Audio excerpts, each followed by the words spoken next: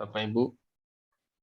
Mari kita mulai aja Zoom malam hari ini, ya.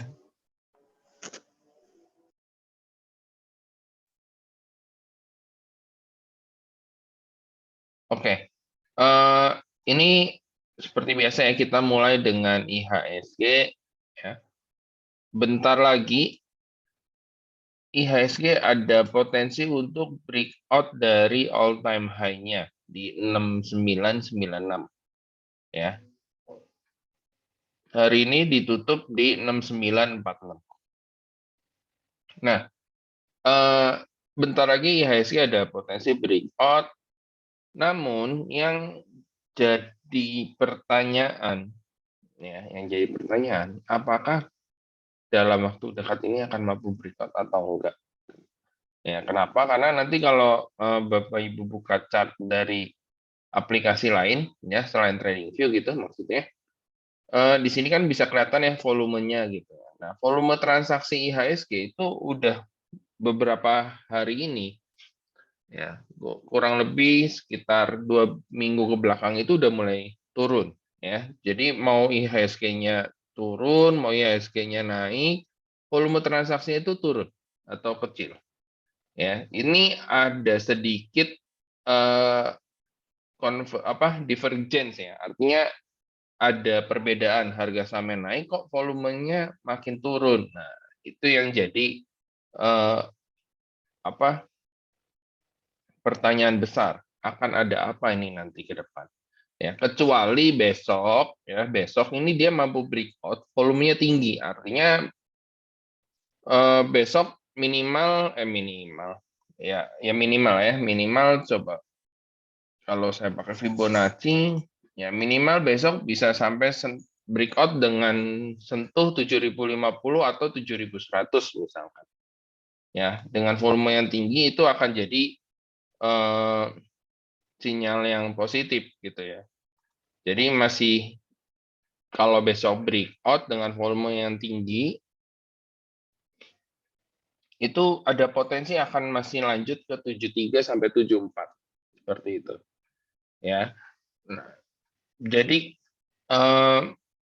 ya minggu ini sampai minggu depan itu penentuan lah, ya, penentuan IHSG akan kemana. Kalau misalnya ternyata IHSG-nya nggak kuat breakout, ya nggak kuat breakout, dia malah turun ke bawah, ya, apalagi turun di bawah ini EMA 34, ya. Nanti ini kan EMA-nya akan ngarah naik terus ya ke atas ya. Jadi kalau turun di bawah EMA 34 itu udah siap-siap atau tanda-tanda bahwa IHSG akan mulai fase sideways, setelah itu akan koreksi, ya. Nah, kalau Bapak Ibu lihat juga di beberapa minggu terakhir ini, asing tuh collect Big Bang ya. Kita lihat satu-satu Big Bang-nya. Nah, Big Bang BCA resisten terdekat di sini ya. 8250 di mana tadi pagi udah di breakout dengan dibuka di 8275, tapi karena closingnya di bawah itu, jadi ini masih belum confirm breakoutnya, ya, kecuali besok akan lanjut naik lagi gitu, ya. Ini asing masih banyak koleksi perbankan, meskipun beberapa hari terakhir itu asing keluar dengan nominal cukup besar di BBRI gitu, ya, nominal cukup besar di BBRI, tapi so far masih ada potensi untuk balik lagi ke sini gitu, ya. Target BBRI di sini sudah capai ya waktu ini ya. Turun, kena EMA 34, dia rebound lagi, ya. Terus BBNI-nya gimana? BBNI-nya keren abis, ya. Turun kena EMA 34 sekaligus resisten yang sebelumnya, dia langsung mantul naik lagi, ya. Jangan lupa BBNI 10.000 tahun ini.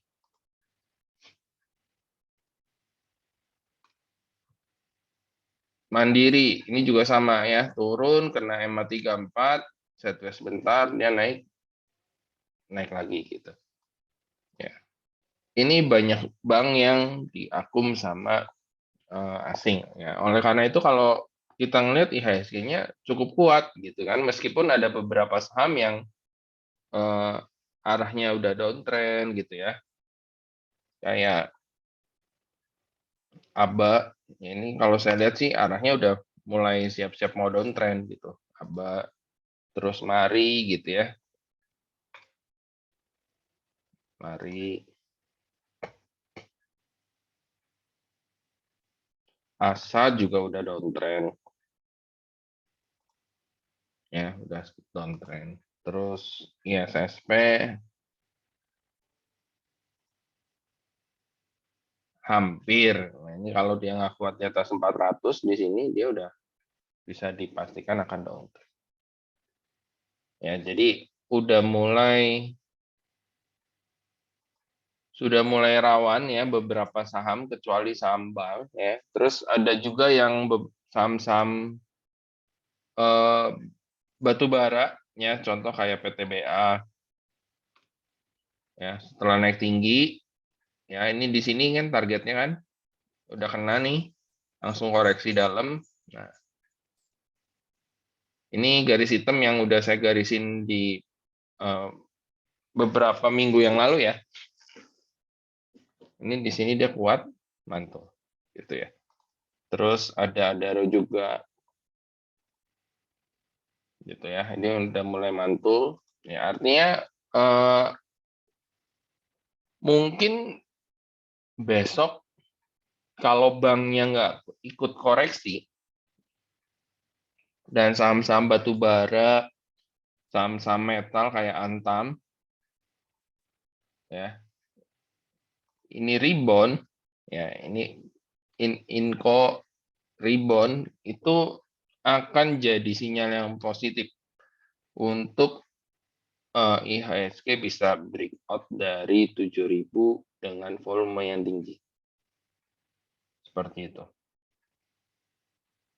Ya, tapi kita jangan lupa harus jaga-jaga ya. Barangkali ternyata nggak jadi breakout. Ya, karena besok juga hari Kamis itu pengumuman Fed ya, the Fed, suku bunga Amerika yang kemungkinan akan naik ya. Kalau kita coba lihat trading ekonomi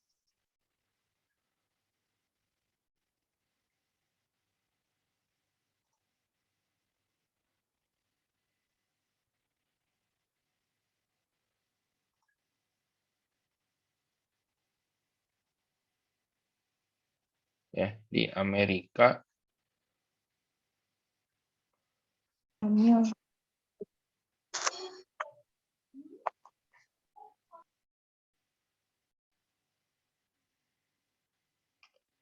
ya suku bunga sebelumnya 0,25, konsensusnya itu akan berubah jadi 0,5. Forecast-nya juga akan berubah jadi 0,5. Artinya the Fed itu mutusin suku bunganya naik 0,25%.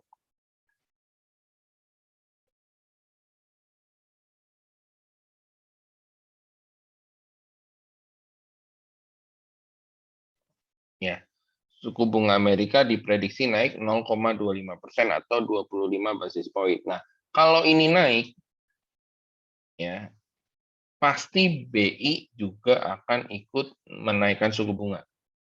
Ya, pasti nanti Bank Indonesia akan ikut menaikkan suku bunga juga. Seperti itu. Nanti, nggak bulan ini. Prediksi saya setelah Lebaran biasanya. Prediksi saya setelah Lebaran. Gitu. Ya. Ya, mudah-mudahan kenaikan The Fed, suku bunga The Fed itu nggak di atas ekspektasi ya. Mudah-mudahan sesuai dengan ekspektasi yaitu 0,25%. Karena ada juga yang memperkirakan kenaikannya itu Enggak 0,25, tapi 0,5. Jadi sekali naik langsung 0,5%. Itu kan terlalu besar ya. Nah, terus dari sisi saham kita masih hold MLPL, ya, masih hold MLPL. Ini ada potensi kalau dia bisa kuat di atas garis ungu, ya, dia masih bisa melanjutkan kenaikannya, gitu. Ya, MLPL. Sekaligus kalau dia naik breakout garis EMA 34 ini akan jadi reversal jangka pendek, ya, akan jadi reversal jangka pendek untuk MLPL. Kemudian ada main menjelang puasa, menjelang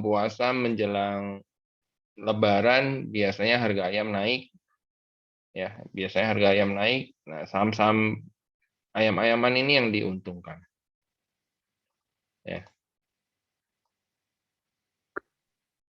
Sama ayam-ayaman ini yang diuntungkan. Sekarang posisinya lagi sideways, ya, lagi sideways. Terus ada WMUU. Ya, ini juga lagi sideways. Karena sideways-nya di sini batasnya. Ya, garis hitam 158. Untuk WMUU sideways-nya di sini.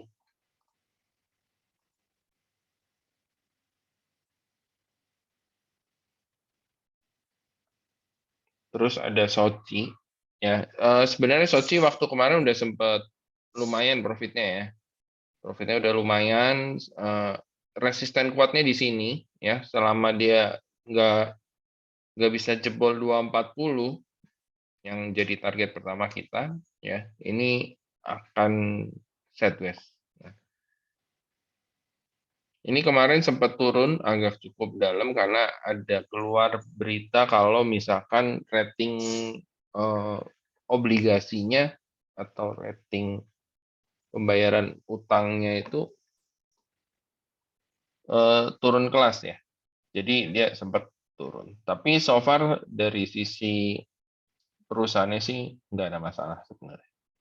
Ya, jadi kita masih coba pantau gitu. Nah, beberapa saham yang berpotensi menarik itu Inco, ya, yang tadi saya sudah sempat singgung. Ya, ini Inco. Ini Inco kalau kita buka chart weekly ya. Chart weekly. Dia itu lagi sideways. Sorry, bukan lagi sideways. Dia itu baru keluar dari rank sideways-nya, ya. Rank sideways-nya yang kasih warna ungu aja deh. Nah, yang di sini, gitu. Ya, rank sideways-nya yang di sini. Nah, kalau dia kuat di atas ini, itu berpotensi 7.000 kan kemarin sudah dikenain ya. 7.000 udah dikenain, berpotensi lanjut menguji resisten di 10.000 atau target selanjutnya di 10.000. Ya. Nih. Nah, ini di sini. Sampai sini. Ya, 96 sampai 11 ribuan. Ya, kalau mau aman ya di tengah-tengah sini lah. 10 ribuan. Ya. Ini yang akan jadi target untuk info. Gitu. Jadi kalau misalkan nanti salah satu ada yang ternyata karena cut loss, kita akan ganti ke ini. Dan jangka waktu pegangnya mungkin agak lama. Gitu ya.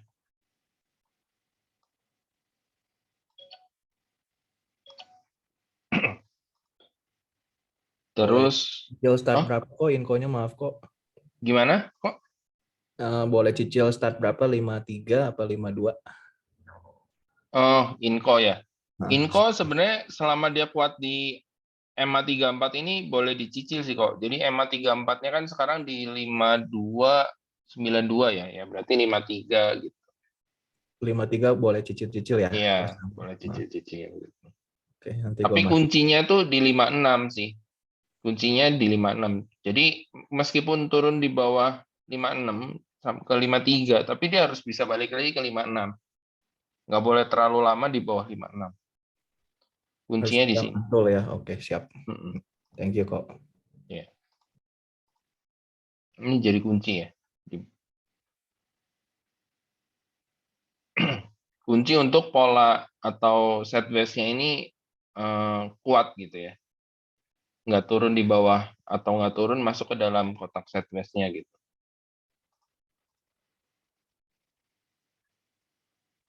Inco, terus ayam-ayaman kita akan masih terus hold. Ya. Terus ada beberapa yang menarik lagi. Ini Aldo. Meskipun hari ini naik, tapi masih di bawah EMA 34 ya. Ini ada potensi dia bisa lewatin EMA 34. Ya, selama dia kuat di atas range ini ya. 1000 sampai 1040. Gitu. Ya, baru confirmnya hari ini ya. Kalau kemarin kan merah nih. Kemarin merah saya juga eh, nggak berani rekomendasi, baru pas hari ini hijau volumenya tinggi, berarti kan confirm nih dia area ini jadi area kuat yang merahnya gitu ya, tinggal dia bisa breakout EMA 34-nya atau enggak gitu. Kalau bisa dan kuat di atas EMA 34 ya jalannya akan strong uptrend lagi gitu ya. Terus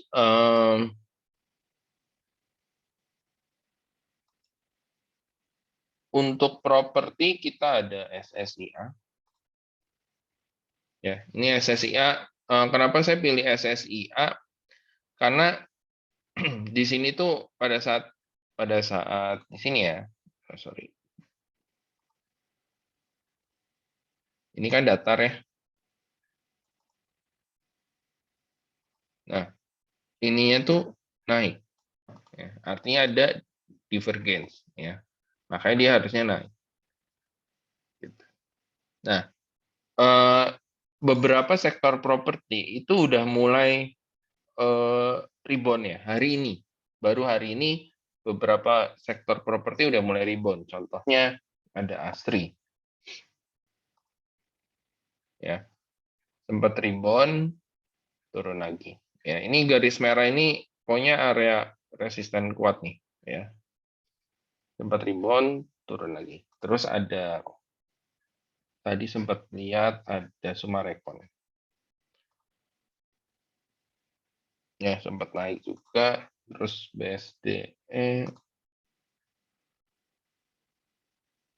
sempat naik juga, tapi balik lagi. Tapi selama dia kuat di atas EMA 34, ini trennya masih akan naik, gitu ya.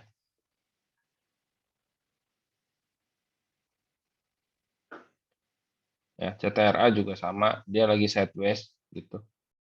Di range ini sideways-nya.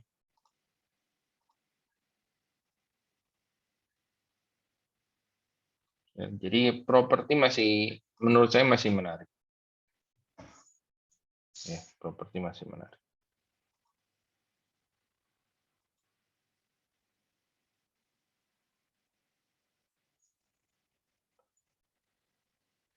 Beberapa sektor konsumer yang mau mendekati Lebaran ini juga udah mau mulai uptrend ya.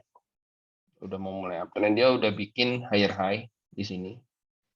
Tinggal dia turun, bikin higher low, udah gitu dia naik lagi. Itu akan jadi konfirmasi untuk uptrend.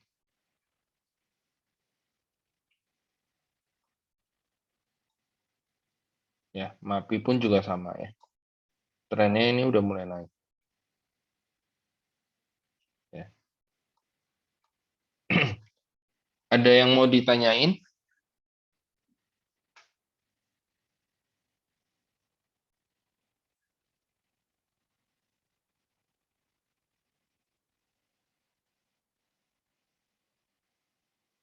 Kok maaf mau minta view-nya semen kok. Semen, oke, SMGR ya. Ya, betul. Nah, semen itu dia nggak kuat di atas garis ungu yang ini ya. Nah, garis ungu yang ini dia downtrend. Ya, dia balik lagi. Cuman sebentar saya cek dulu. Ini dia reboundnya di Fibo. Oke.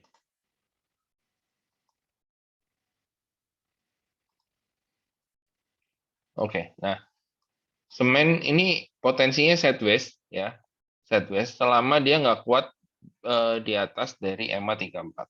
Ya, pokoknya EMA 34 nih termasuk cukup sakral ya. Kalau kita lihat nih, breakdown EMA 34 nggak kuat ke atas, turun. Kuat lebih tapi sideways, nggak kuat bertahan di atas EMA 34, turun lagi. Ya, tapi kalau dia kuat di atas EMA 34, dia akan naik gitu.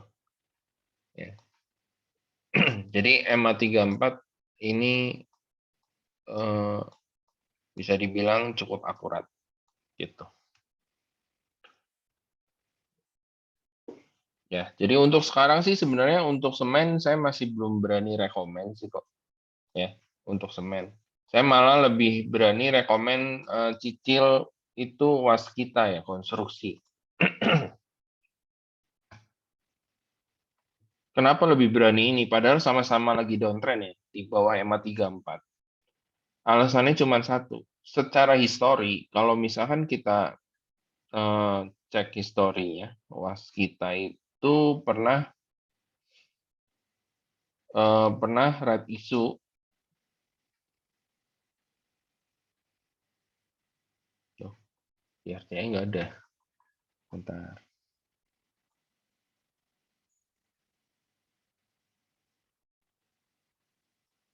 Setahu saya red issue-nya di 2013-an ya.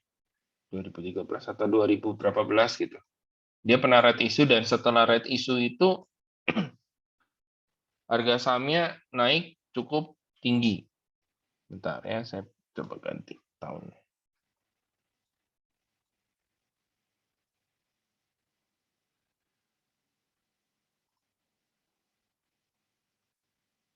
Oke, ini batasnya sampai 2013. Nah, nanti coba, saya lupa kapan red isunya, tapi saya ingat banget setelah perusahaan-perusahaan konstruksi itu red issue ya, misalkan PT-PP waktu itu pernah red issue, terus Waskita juga pernah red issue. Nah, itu harga sahamnya itu langsung naiknya tinggi, gitu, ya. Dan kalau kita di saham itu kan history repeat itself kan, jadi yang saya ingat kalau ada red issue konstruksi tahun berikutnya itu naiknya tinggi gitu ya, cuman ini kan tahun berikutnya artinya disimpannya cukup lama kan, 1 tahun gitu. Nah, gimana kalau yang trading ya? Kalau yang trading mah kita tetap lihat secara teknikal gitu ya, tetap lihat secara teknikal gitu. Tapi karena lihat teknik apa, kalau ngelihat jauhnya aja bagus, kalaupun kita beli nggak mau di cut loss, it's okay. Karena historinya juga setelah red issue, tahun berikutnya akan bagus. Ini saya rekomendasi ini bukan karena tahun ini groundbreaking IKN ya. Tahun ini groundbreaking IKN, terus mulai pembangunan sampai 2024, bukan. Karena sebenarnya kalau memang mau ngefek harusnya pada saat awal mau dibikin IKN itu perusahaan saham konstruksi udah naik gitu. Ya. Jadi bukan karena itu, tapi lebih karena dia udah red issue. Ya, tahun ini akan ada red issue lagi di Adikarya. cuman saya nggak tahu kapan. Ya, itu juga nanti akan bakalan bagus di tahun-tahun berikutnya gitu. Ya minimal 1 tahun rata-rata 1 sampai 2 tahun kenaikannya gitu. Nah, biasanya kalau konstruksinya bagus, semennya ikutan naik gitu. Semennya ikutan naik. Cuman ya dibanding semennya saya lebih suka ke konstruksinya yang punya histori red issue tadi gitu.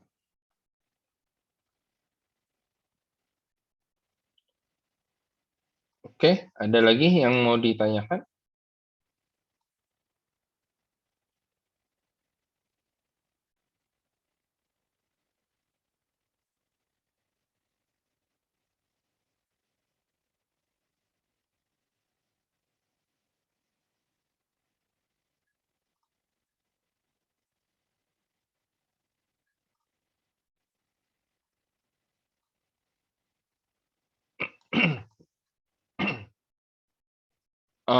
Beberapa hari yang lalu keluar laporan keuangan TINS ya, bagus. Laporan keuangan TINS-nya bagus, terus laporan keuangan Antam juga keluarnya bagus. Ya, jadi rata-rata perusahaan metal, batu bara itu laporan keuangannya rata-rata bagus. Ya. Nah, meskipun batu bara ini lagi turun, ya, harga batu bara kan lagi turun ya. Eh, saham-saham perusahaan batu bara itu masih ada potensi untuk naik. Kenapa? Karena para investor tuh masih ngejar dividen, ya. Jangan lupa perusahaan batu bara kalau bagi dividen itu biasanya besar. Ya, ITMG setahu saya mau bagiin dividen full 100% dari total laba yang dia terima. Cuman saya nggak tahu berapa besarnya. Berapa besar per lembar sahamnya gitu ya.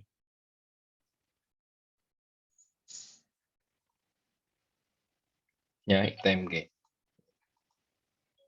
Kan perusahaan tambang memang biasanya besar-besar. Jadi jangan heran kayak PTBA biasa kasih dividennya rata-rata 10%. Ya, 10%. Jadi harusnya momen-momen koreksi ini bisa dimanfaatkan. Cuman nanti jangan pegang saya sih nggak merekomendasikan untuk dipegang sampai dividennya gitu ya. Kalau bisa sebelum itu udah dibuang. Karena 1 hari setelah itu biasa harga sahamnya turun sebesar dari persentase dividen yield-nya. Gitu. Ya, saya ingat banget PTBA waktu itu dividennya kan 10%.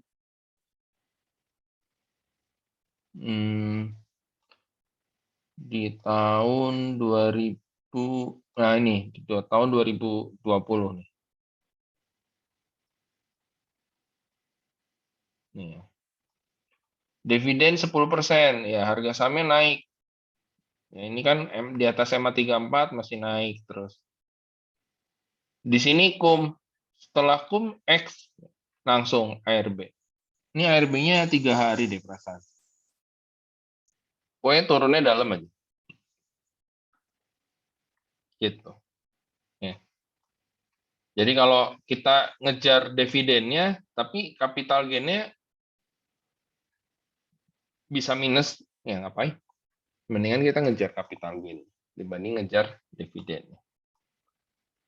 Gitu. Kalau 2021 saya nggak tahu nih yang ini sorry.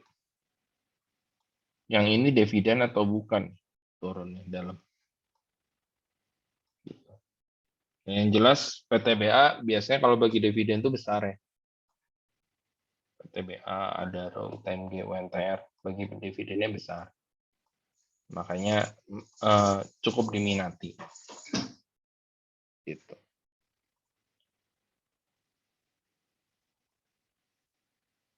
Ya. Ada lagi yang mau ditanyakan?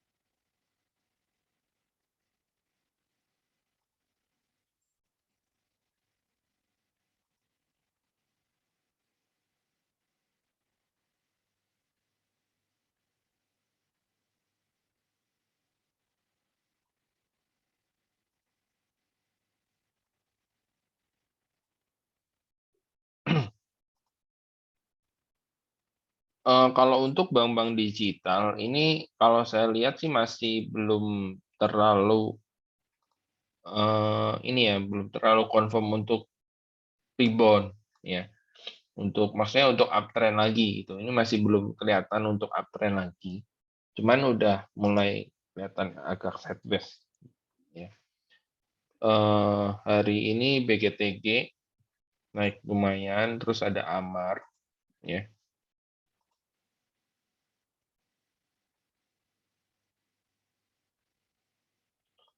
Ada AMAR, ini juga naik lumayan.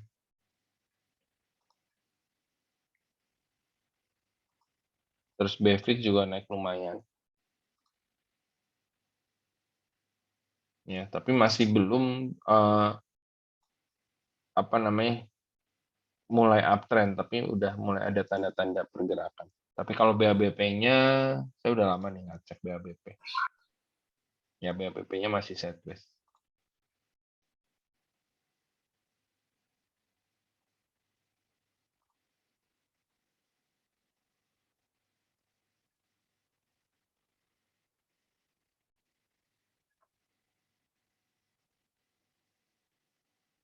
Ada yang mau ditanyakan?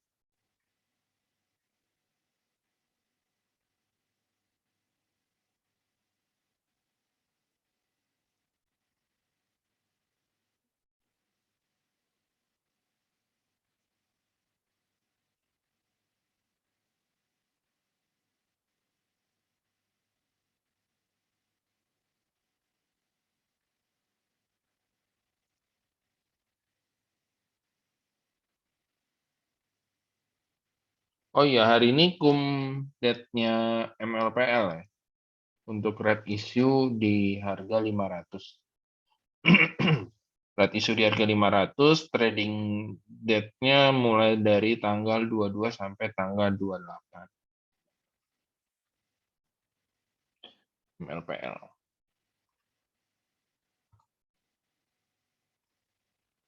Ya, trading date-nya mulai dari tanggal 22 sampai tanggal 28.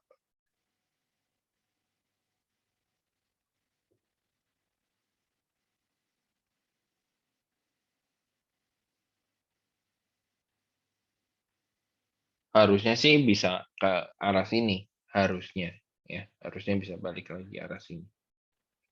Ya tinggal nunggu beberapa hari lagi nih dia kuat nggak di atas garis ungu ini. Ya.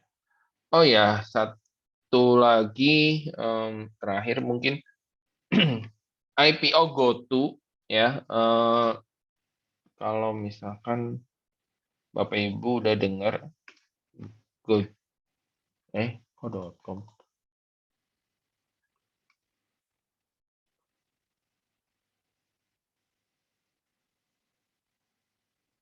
Ya, ini GoTo mau IPO.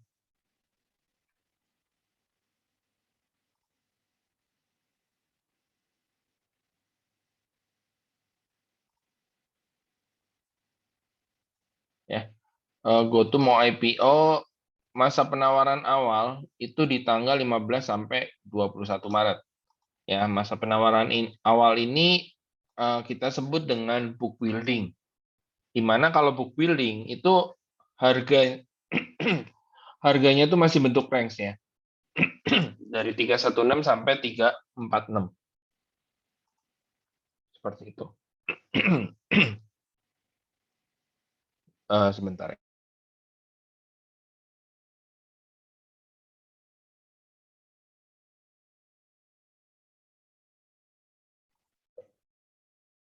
Oke. Harganya dari 316 sampai 346. Book building itu cuma bisa di sekuritas yang sebagai penjamin emisi. Ya, Indo Premier, Mandiri Sekuritas, Trimegah, CMB, sama nilai inti sekuritas. Ya, selain itu, meskipun Bapak Ibu pesannya di book building, ya, itu tetap akan diprosesnya di masa pooling di sini, di tanggal 29 sampai 31. Ya. 29 sampai 31 di mana nantinya tanggal 31 itu akan jadi tanggal penjatahan. Dan tanggal 1 April itu tanggal distribusi sahamnya dan pengembalian dananya. Karena kan kalau ikutan IPO itu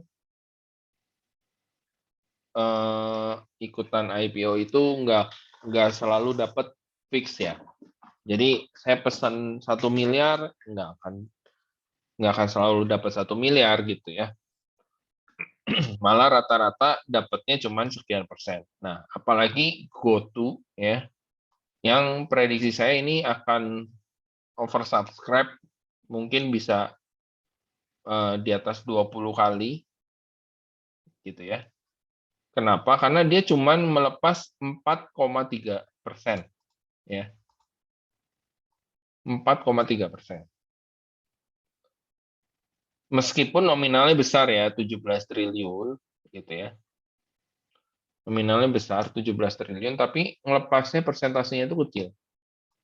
Gitu. Ya, jadi ini pasti akan berebut. Nah, bagi yang punya aplikasi Tokopedia ataupun Gojek, mungkin Bapak Ibu bisa cek aplikasi Bapak Ibu, apakah dapat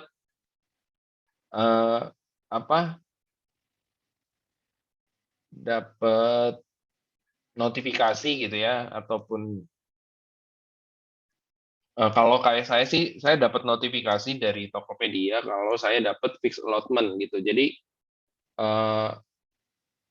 cuman kecil sih, saya dapat fixed allotment cuman 2 juta gitu. Jadi kalau saya beli 2 juta, ya itu udah langsung dapat 2 juta. Gitu. Tapi kalau saya mau beli 5 juta, nggak akan dapat 5 juta, tapi tetap dapatnya 2 juta. Gitu. Ya. Itu kalau saya. Nanti orang lain, ada beberapa temen tuh, saya cek, coba cek Tokopedia-nya, ada nggak GoTo IPO gitu kan. Biasanya itu letaknya di bawah logo Peduli Lindungi biasanya. Biasanya taruhnya di situ di bawahnya. Nah, kalau misalnya memangnya bisa diklik penawarannya berapa. Nah, saran saya mending ikut. Jadi kita nggak usah booking besar-besar karena dapatnya juga kecil gitu. Maksudnya misalnya mau booking 1 miliar, tapi kalau cuma dapatnya 0,1%, artinya cuma dapat 1 juta, ya ngapain juga harus booking 1%, 1 miliar gitu. Karena uang 1 miliar juga kan harus taruh di di RDN, terus akan di lock atau akan di hide gitu kan. Sorry, akan di freeze gitu, maksudnya nggak bisa dipakai buat ngikutin IPO GoTo gitu. Ya, tapi balik lagi sih, mungkin ada yang merasa terlalu kecil, mendingan saya ikut book building-nya. Saya bisa pesan sekian 100 miliar, sekian triliun atau gimana, dapatnya kan jadi lebih besar ya, silakan. Gitu. Ya.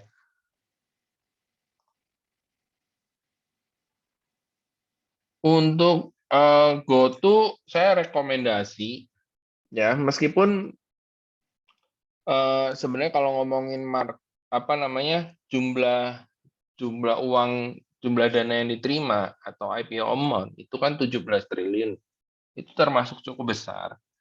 Ya, meskipun cukup besar, tapi saya masih merekomendasikan. Nah, cuman yang jadi pertanyaannya, ini rekomendasinya untuk untuk beli terus di hold atau beli untuk dijual lagi.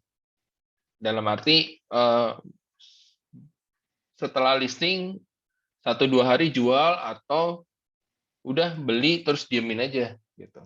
Nah, kalau saya sih tipikalnya adalah beli 1-2 hari jual gitu. Nah, ini saya prediksikan minimal 2 hari ARA. Ingat ya, minimal 2 hari ARA dengan Dengan catatan biasanya di sesi 2, di sesi 1 mungkin ARA, tapi sesi 2-nya itu bisa ARB ya. Jadi contoh gini. Dia kan listing tanggal 4 April hari Senin. Ya, hari Senin ARA. Hari Selasa sesi 1 ARA. Tapi sesi 2 itu bisa aja open gembok dan kemudian closing ARB. Kayak Bukalapak kan seperti itu. Ya. Atau misalnya sesi 2-nya masih ARA, sesi 3 masih ARA, sesi 2-nya masih ARA. Berarti kan hari kedua ARA nih. Nah, hari ketiga bisa jadi sesi 1 ARA, sesi kedua open gembok dan di closingnya ARB itu bisa. Saya prediksi maksimal kenaikan 5 hari. Jadi mulai hari kedua ya perhatiin sesi 1 ARA atau enggak. Kalau sesi satunya ARA, perhatiin open sesi 2 masih ARA atau enggak.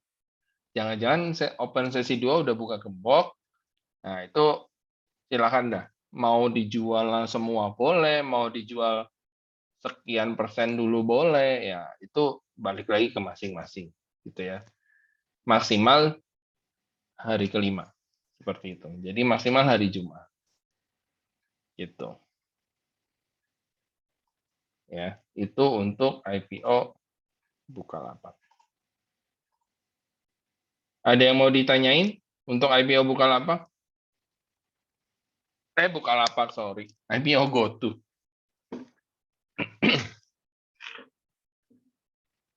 Nah, kenapa rekomendasi IPO GoTo?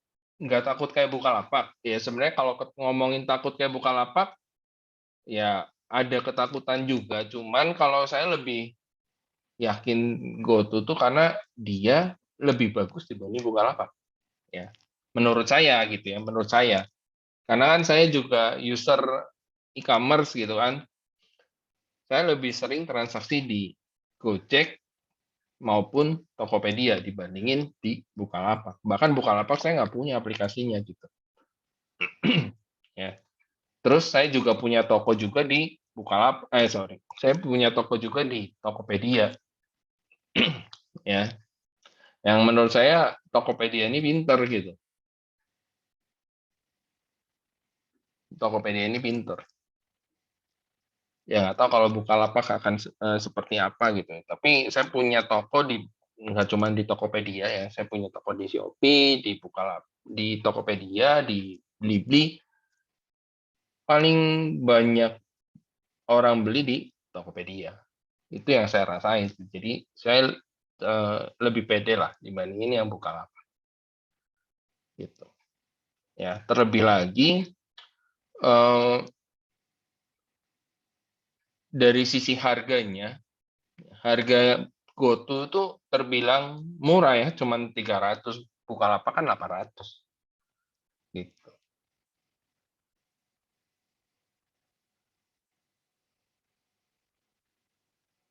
Ya, jadi menurut saya sih harusnya bisa lebih bagus. Oke, kita bahas pertanyaan nih, ada dari Pak Herdi ya. INDF.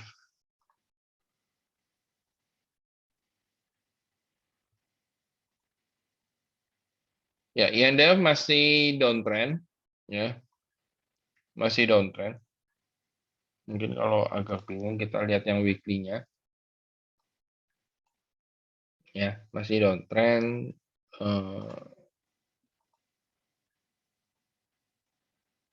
Time frame weekly-nya sideways ya. Jangka pendeknya downtrend, jangka menengah panjangnya sideways. Ya, kalau sideways ya enaknya beli di sini, jual di atas kan gitu kan. Tapi ini weekly ya, jadi agak lama. Terus ICBP-nya juga harusnya kurang lebih sama ya.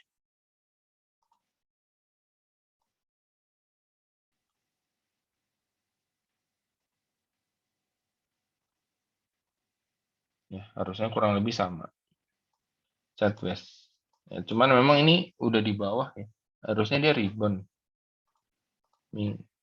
Iya, harusnya dia rebound. Jangka pendek dia ada potensi rebound. Paling rebound sampai 8.000.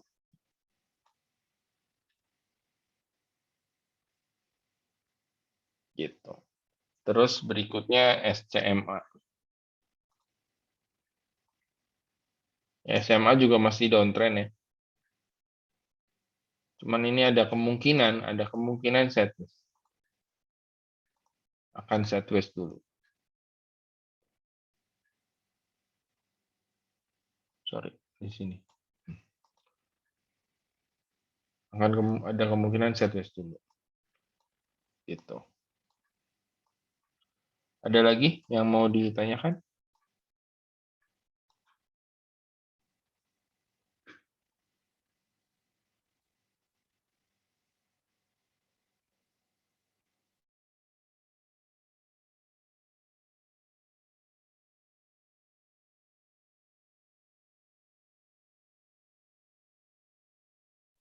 Oh ya, saya mau cerita ini ya, mau cerita yang GoTo tadi ya. Jadi kalau pesan apa, Bapak Ibu cek Tokopedia Bapak Ibu, terus ada logonya GoTo mau IPO, gitu kan, diklik, nanti cek penawarannya buat kita gitu ya. Kayak saya tuh cuma 2 juta gitu. Nah, buat ikutan IPO-nya kita akan dibawa akan dikasih syarat ya. Kasih syarat yang pertama itu buka atau bikin akun di Bank Jago, itu yang pertama.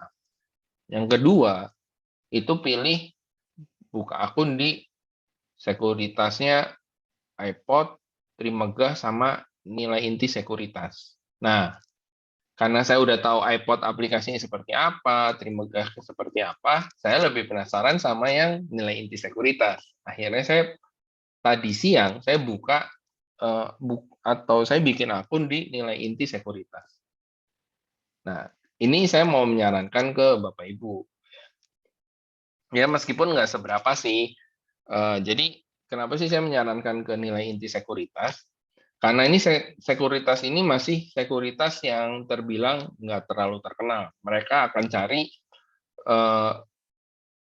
dengan adanya IPO GoTo ini, dia akan cari nasabah sebanyak-banyaknya. Nah, tadi pas saya udah bikin akun di nilai inti sekuritas yang sekitar jam 1-an ya, sore-sore tadi RDN-nya udah jadi. Ya, nggak butuh 1 hari, RDN sudah jadi. Dan ada tulisan, ada informasi tambahan nih.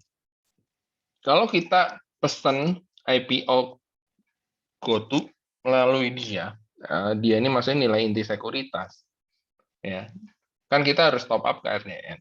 Ya, kita akan dapat bonus saldo di RDN itu sebesar 150.000. Ya, jadi lumayan ya buat nambah-nambah gitu kan. Kalau menurut saya, kalau buka di Trimegah saya rasa nggak akan dapat seperti itu. Di iPod juga nggak akan dapat. Nah, kalau misal ditanya, emang aplikasinya bagus Pak, yang nilai inti sekuritas? Ya, setelah saya cek, ternyata aplikasinya tuh mirip sama Ajaib. Kalau yang udah punya akun di Ajaib. Ya, mirip banget sama Ajaib. Ajaib Sekuritas.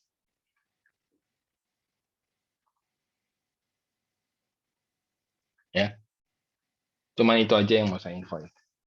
Oke, pertanyaan lagi. BRPT, TPIA, TOWRT.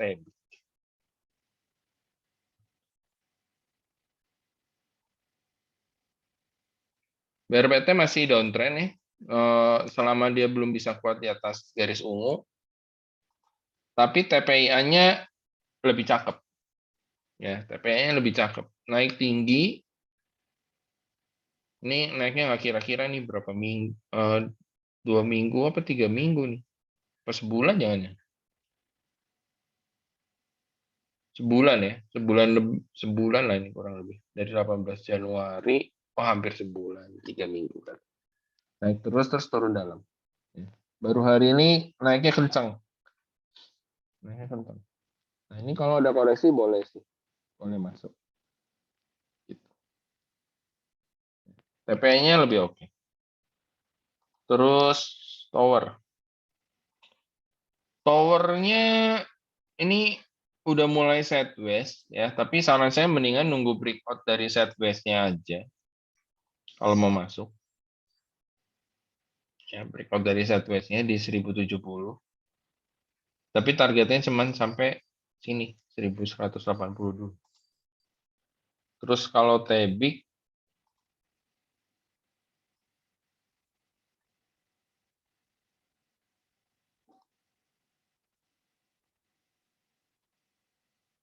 sideways. Ya.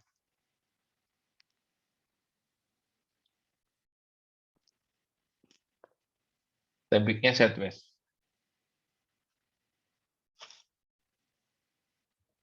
Ada lagi yang mau ditanyakan?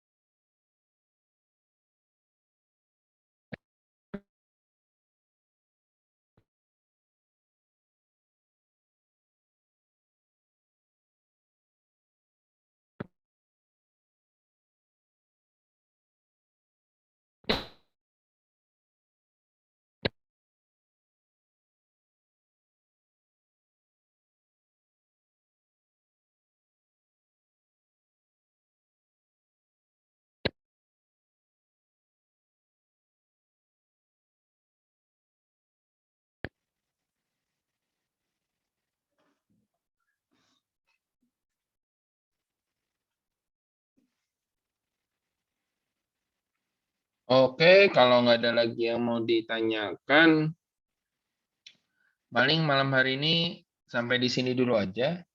Terima kasih Bapak Ibu buat kehadirannya. Selamat malam dan happy cuan. Happy Cuan, terima kasih. Thank you, Bo. Ya, sama-sama.